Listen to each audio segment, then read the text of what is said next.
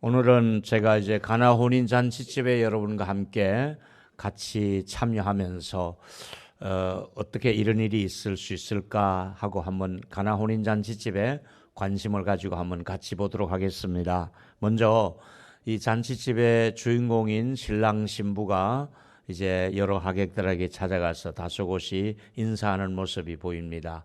근데 생각보다 사람들이 너무너무 많이 왔습니다. 양가 친척뿐만 아니라 신랑 신부의 친구들과 동네 사람들, 회사 동료들, 학교 선후배 많은 분들이 잔치집에 참여했습니다. 근데 문제는 이 양쪽 잔치집에 보면서 식구가 많을수록, 하객들이 많을수록 같이 음식이 많아야겠죠. 근데 아마 문제는 음식은 있는데 오늘 문제가 된 것은 아주 대형 사고가 하나 일어났습니다. 가장 중요한 잔치집에 포도주가 떨어진 겁니다. 유대인들은 음식을 먹을 때 반드시 포도주를 곁들여서 같이 먹게 되는데요. 이것도 잠깐 동안 만든 포도주가 아니라 오랫동안 숙성을 시켜놓은 포도주가 이게 그냥 생각보다 손님이 많이 오기도 했겠지만은 아마 양이 부족했던 것 같습니다. 그래서 이제 포도주가 모자라는 이 난처한 상황에서 잔치가 끝나야 되는 것이지요. 문제는 이렇게 해서 잔치가 끝나면 그 잔치를 베푼 가정으로서 예의에 이건 아니고요. 그것도 가문의 명예스러운 일이기도 한데 이것도 정말 명예에 좋지 않은 명예를 남겨야 되겠고, 정말 물건은 얼른 쉽게 구입해 올 수 있는, 어서 마트에 가서 뭐 쉽게 물건을 좀 얼른 사다가 대체할 수 있는 이런 상황이 아니거든요. 어디서 빨리 구해 올 수 있는 이런 것이 아니기 때문에 이제 사람은 많고 포도주는 모자라고 난처한 상황이 일어나게 된 것입니다. 심리적으로도 사회적으로도 동네에서 아주 난감한 일이 일어나게 되었습니다. 그런데 이럴 때 바로 이제 처음으로 이 사건을 해결하는 물을 가지고 포도주로 만들어서 주님이 이렇게 제공하게 되는 이 사건을 예수님의 공생에 처음, 굳이 그러시도 않아도 되는데 이 사건을 거의 처음으로 이런 일을, 기적을 베풀어 준 사건입니다.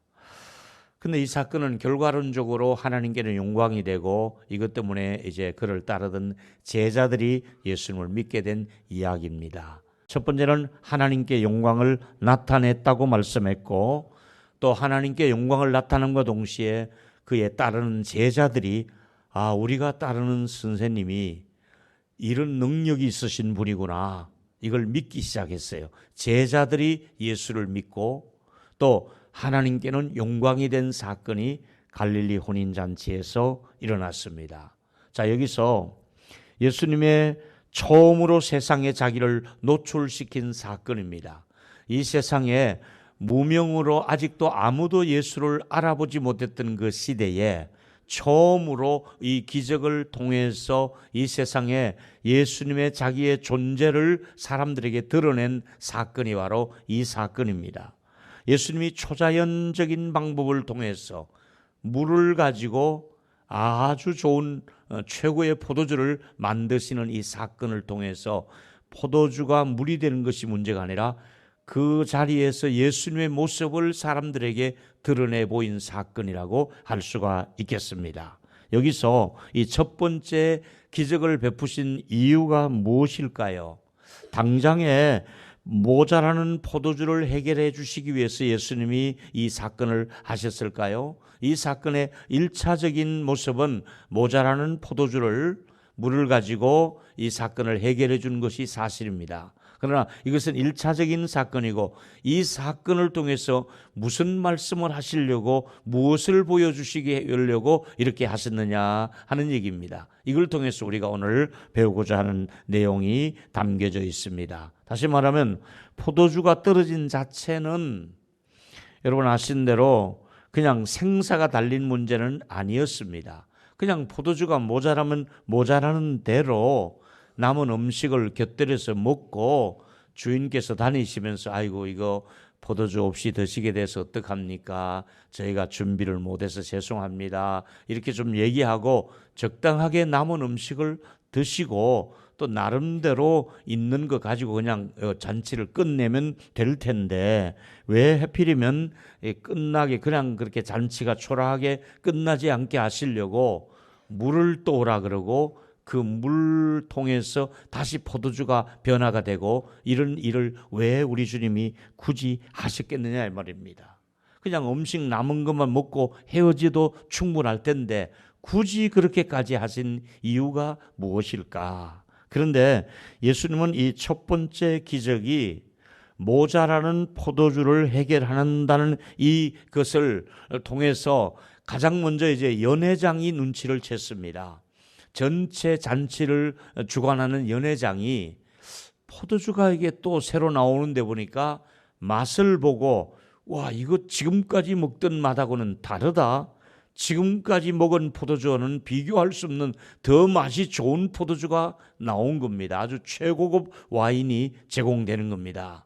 자, 여기서 이 얘기를 2장 9절과 10절에 연회장의 평가지요. 어떤 평가를 내렸습니까? 여기서 연회장이 포도주를 맛을 보는데 지금까지 먹던 것과는 다르다.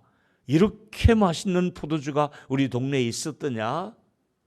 그러면 하는 말이 보통 집 같으면 그냥 처음에는 좀 좋은 걸 내다가 나중에 어느 정도 사람들이 그저 구분하기 힘들 정도로 조금 약간 취기가 있을 때는 그냥 싸구려도 다 내놓고 그냥 포도주다 하고 그냥 찌꺼기도 내놓고 뭐 맛이 없는 거 별로 이렇게 숙성이 덜 된 거 이런 거 대충 내서 먹고 마는데 이 집은 어떻게 갈수록 더 좋은 포도주가 나오느냐 이렇게 말을 하고 포도주 맛을 먼저 본 사람이 이렇게 평가했습니다. 참 중요한 것은 여기서 연회장이 포도주의 맛을 봤다고 말씀하고 있습니다. 맛을 보니까 보통 맛이 아니라고 평가를 했지요. 그런데 성경에 보면 하나님이 하시는 일을 좀 맛을 보라 하는 말씀이 시편 34편 8절에 말씀하고 있지 않습니까? 연회장이 물로 된 포도주를 맛을 보듯이 우리는 하나님이 하시는 일을 맛을 좀 볼 줄 아는 거, 이거 오늘 또 하나 놓칠 수 없는 팁이라고 할 수 있겠습니다. 무슨 말인가 하면 하나님은 선하신 분인데 머리로만 하나님이 좋으신 분이다, 선하신 분이다 하는 것을 머리로만 알 것이 아니라 한번 하나님이 하신 일을 맛을 볼 수 있는, 맛을 느낄 수 있는, 맛의 감동을 느낄 수 있는 하나님이 하신 일이 이렇구나, 하나님이 우리가 상상도 못한 일을 이런 일을 진행하셨구나, 이런 응답을 주셨구나, 이렇게 하나님이 예비하셨구나, 이렇게 말할 수 있도록 그런 맛을 보라고 말씀하고 있거든요. 근데 오늘 이 가나 혼인 잔치집에 있었던 이 모습은 그냥 단순하게 포도주가 모자라서 음료를 다시 만들어낸 이 얘기가 1차적인 얘기고, 이 얘기의 뒤에 숨어 있는 더 큰 뜻이 있습니다. 예수님은 단순하게 모자라는 포도주를 해결해 주시는 것으로 끝난 것이 아니고, 우리 예수님은 모든 눈물을 닦아주시며 모든 아픔과 수치와 고통을 해결해 주실 수 있는 그런 답이 되시는, 해결자 되시는 예수님, 잔치집에 포도주 해결하는 것이 문제가 아니라 모든 인생의 문제를 해결해 주시는 우리 주님이시라고 말씀하고 있는 것입니다, 여러분. 그래서 예수님은 혼인잔치에 어떻게 보면은 기쁨을 주시기 위해서 오신 분은 사실입니다. 그러나 더 큰 것은 모든 슬픔과 고통과 눈물과 흐물과 실수를 용서해 주시기 위해서 그 잔치집에 오신 주인공이라는 것을 우리에게 말씀해 주고 있습니다. 하나님의 아들이심을 세상에 알린 사건입니다. 모든 인간들의 눈물과 슬픔과 수치와 부끄러움과 해결을 하기 위해서 예수님은 하나님의 아들로서 지금 잔치집에 참여하고 계신 것을 우리에게 말씀하고 있습니다. 다시 말하면 가나 잔치집의 첫 번째 베푸신 이 사건을 통해서 하나님이 이제 하나님의 아들 되심을 온 세상에 드러낸 사건인 것입니다. 하나님이 하나님의 아들 되신 것을 온 세상에 어떤 방법을 통해서 드러내시는가? 첫 번째는 예수님은 유대인의 정결 예식에 쓰이는 항아리에 물을 채우라고 말씀하셨습니다. 자, 그냥 항아리는 그냥 항아리가 아니라 몸을 씻기 위해서 물을 저장하는 항아리였습니다. 지금처럼 우리나라처럼 수도물을 의지하든지 또 펌프를 의지하든지 이런 시대가 아니라 전부 물을 길러다가 저 깊은 곳에서 물을 길러와서 항아리에 물을 채우는 이 물 어디다가 쓰느냐고 이렇게 물을 채우느냐. 보통 때 이 쓰는 물은 손님들이 오면, 먼 길을 오면 유대인들의 정결 예식에 따라서 집안에 손님이 오면 제일 먼저 손 씻을 물을 드리고 손을 씻고 나머지 그 물을 가지고 발을 간단하게 씻는, 그래서 손발을 씻는 것이 정결 예식법입니다. 제사장들도 제사에 집례하려고 들어갈 때 가장 먼저 물두멍에서 손을 씻고 그 다음에 들어가서 이렇게 하는 것이죠. 그런 것 때문에 유럽에 지금도 교회들 가보면은 이렇게 들어가는 입구에 물이 좀 담겨 있는 이런 돌 항아리가 있습니다. 물로 이렇게 손끝을 씻고 이렇게 살짝 씻고 들어가는 예식을 지금도 하는 그런 교회와 성당들을 볼 수가 있습니다. 어떤 그 예식법이 일단 가장 중요한 것은 정결하게 몸을 씻고 하나님을 만난다, 이런 뜻이 되겠습니다. 다시 말하면 유대인의 규정대로 어떤 절차에 의해서 정결 예식에 쓰임을 받는 돌 항아리가 6개가 그 집에 놓여 있었습니다. 여기서 몸소 이제 몸을 씻는 항아리를 통해서 이 문제를 해결을 하셨습니다. 다시 말하면 정결 의식이 있어야 되는 것을 우리에게 메시지를 보여주고 있는 것입니다. 예수님께서 정결 예식, 예수의 피로 말미암아 정결케 된다는 것을 우리에게 암시해 주고 있는 것입니다. 두 번째 얘기는 조금 더 좁혀 보겠습니다. 본문에서 놓치지 말아야 될 부분은 마리아의 행동이지요. 마리아가 특별한 부탁을 하게 됩니다. 마리아가 뭐라고 부탁합니까? 포도주가 그냥 떨어졌으면 포도주가 떨어졌는가 보다 하고 그냥 이렇게 가십시다. 우리 포도주가 떨어진 것 같으니까 이제 그만 먹고 일어나 가십시다. 옆에 사람들 보고 그냥 가시지요. 이제 이만하고 가시지요. 이렇게 해서 오히려 이렇게 일을 처리하면서 이제 우리 집으로 가십시다. 이렇게 할 것 같은데 지금 마리아는 포도주가 모자라는 이 상황에서 예수님께 포도주가 말씀드린다고 말씀을 드리고 있는 거예요. 이때 마리아의 마음속에는 무슨 생각을 했을까요? 예수님을 모시고 이 잔치에 참석했던 마리아는 내가 모시고 오신 이분이 평범한 내 아들이 아니야. 나는 이분을 잉태했을 때부터 이미 천사를 통해서 나는 이분에 대한 얘기를 마음에 담고 있었어. 내가 어린아이 시절에 이분이 같이 동네 아들하고 뛰어놀아도 이분은 아버지를 도와서 목수일을 하지만은 이분은 평범하게 이렇게 내 아들로만 사실 분이 아니야. 언젠가는 이분이 이 세상에 뭔가가 내가 알지 못하는 신비한 일을 하실 분이야. 내가 키운 아들은 그냥 내 아들이 아니라 뭔가가 이 세상에 그 누구도 하지 못할 일을 하실 분이니까 내가 오늘 여기 모셔왔고 아마 이번에도 이 일을 하실 것이다 하는 마리아의 믿음이 있는 행동을 볼 수 있습니다.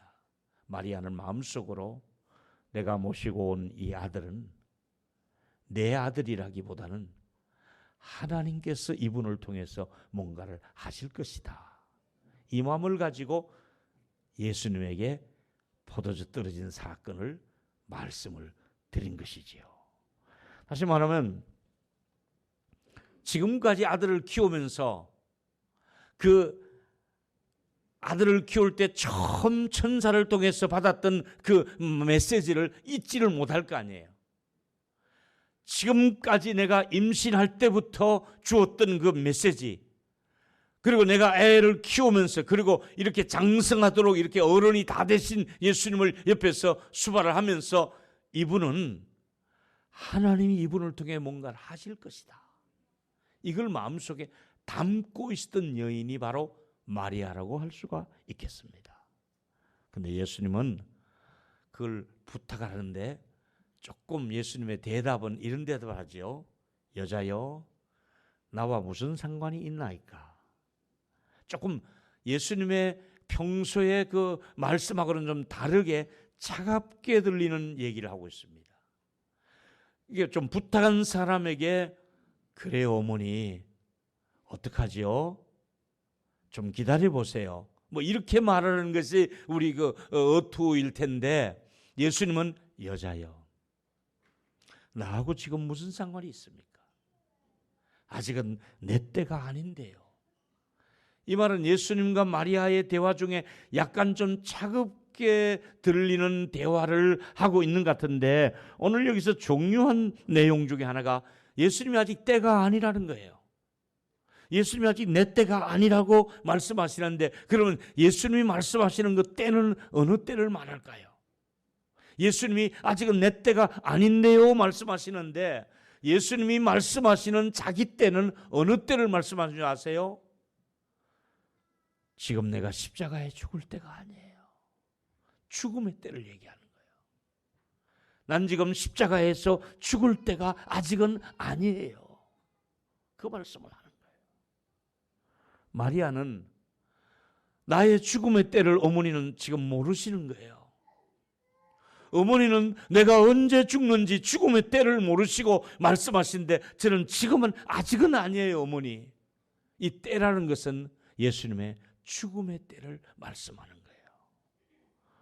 마리아 입장에서는 그냥 포도주가 모자랐다는 말씀을 예수님께 말씀을 드리는데 받아들이는 예수님 쪽에서는 내가 이 문제를 해결하려면 내가 죽음으로써 이 모든 문제를 해결할 수 있는 사람인데 난 아직 죽을 때는 아닙니다. 그 말을 하는 거예요. 마리아는 그럼에도 불구하고 이분께서 무슨 말씀을 하시든지 그대로 하라고 말씀을 하셨고 그 다음에 거기에 따르는 수종들은 하인들은 이분이 돌 항아리에 물을 채우라는 말씀할 때 그대로 하셨습니다. 마리아의 믿음이 바로 여기 있습니다. 우리 한번 따라 하시면 좋겠습니다. 무슨 말씀을 하시든지 그대로 하라. 한 번 더 우리 옆 사람에게도 말씀해 줬으면 좋겠습니다. 무슨 말씀을 하시든지 그대로 하시면 됩니다. 아멘 할 수 있겠습니까? 하나님이 우리에게 때로는 어떤 말씀을 메시지를 주실 때는 그대로 하기만 하면 됩니다. 그대로 하라. 우리 한번 3번만 따라해 봅시다. 그대로 하라. 그대로 하라. 그대로만 하면 된다. 아멘. 그대로 하라는 겁니다. 그래서 그대로 해본 겁니다. 그랬더니 기적을 이제 베풀기 시작했잖아요. 마리아의 고백적인 말, 마리아의 믿음, 마리아의 행동, 이거 하나하나를 우리가 눈여겨볼 필요가 있는 부분이었습니다. 세 번째 얘기는 이제 조금 더 구체적인 얘기가 오늘 핵심이 여기 있습니다. 세 번째 얘기는 뭐냐면 예수님은 지금은 자기의 때가 아니라고 말씀하시면서 그때 무슨 생각을 하셨을까? 어머니 제가 지금은 때가 아닙니다. 아직 내 때가 아닙니다. 하는데 그 순간에 어떤 때를 생각하셨을까? 자기의 마지막 죽음의 때를 생각하신 거예요. 무슨 말인가 하면 포도주는 이제 슬픔을 기쁨으로 바꾸는 그런 일을 하잖아요. 포도주를 먹음으로써 마음이 좀 우울했던 분이 이걸 먹음으로 살짝 기쁨을 돌아오게 하는 잔치의 기쁨과 흥을 주기 위해서 이제 이 와인을 곁들여 먹는 거예요. 근데 깊이 묵상해 보면 예수님은 이 세상의 슬픔과 부끄러움과 수치와 모든 것을 이제 하늘의 기쁨으로 바꾸어 주실 주인공이란 말이에요. 우리의 우울함과 죄성과 우리의 습관적인 죄와 더러워진 모든 어두운 것들을 이제 하늘나라의 기쁨으로 바꾸어 주는데 마치 포도주를 먹고 우리에게 기쁨이 주듯이 예수님 자신이 우리의 모든 삶의 기쁨을 바꾸어 주실 분인데 이 바꾸어 주시려고 오신 분인데 그 진정한 우리에게 바꾸어 주시려고 하시려면 예수님의 필요한 게 뭐냐면 예수님이 죽어야 그것이 완성이 되는 거예요. 예수님이 속죄 완성을 이루어서 십자가에 죽으셔야만이 우리의 죄를 용서하고 우리에게 영원한 속죄와 기쁨을 줄 수가 있는 분인께, 다시 말하면 내가 죽어야 될 때는 아직은 아닌데요, 그 말을 하고 계시는 거예요.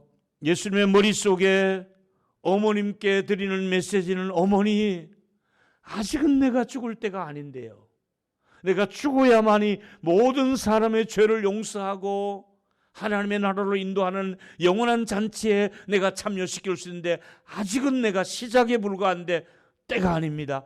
지금은 내가 죽을 때가 아닙니다.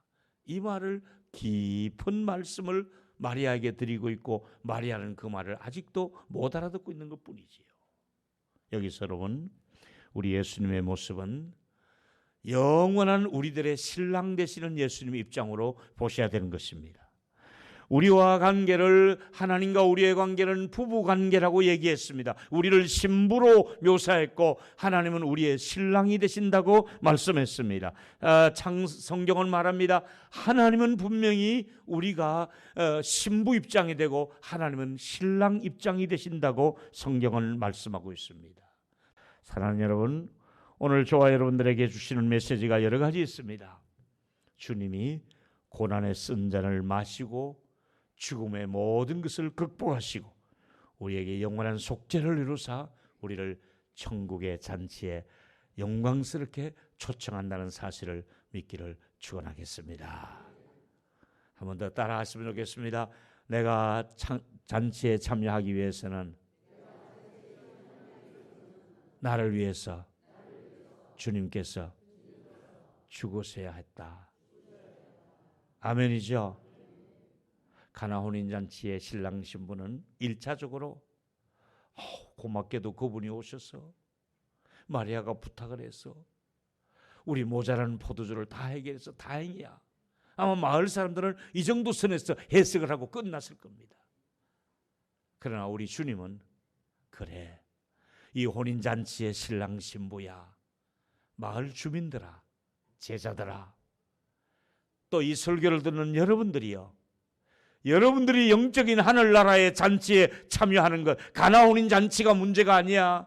여러분 모두가 신랑 신부가 되어서 하나님의 나라의 잔치에 참여하려면 내가 죽어서 여러분의 죄를 용서함으로, 여러분의 수치를 가리우고, 여러분의 허물을 용서하고, 여러분의 모든 죄를 정결하게 씻어서 내가 죽어야만 여러분 혼인잔치에 참여할 수 있단다.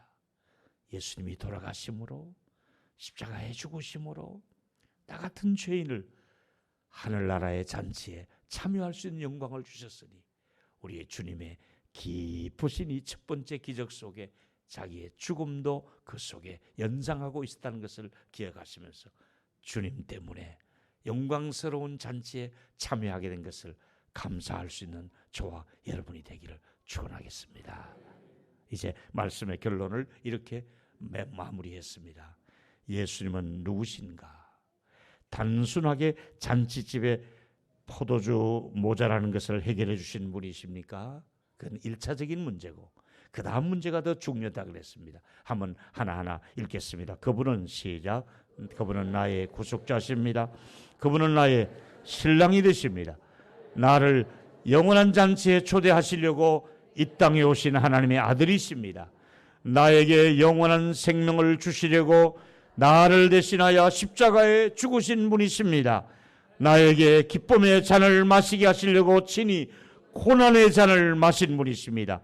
당신은 그분의 영원한 잔치집에 그분의 신부의 자격으로 초대받게 될 것입니다. 우리 모두의 최대 영광은 사랑스러운 예수님의 신부가 되어 영광스러운 잔치에 참여하게 되는 것입니다. 할렐루야.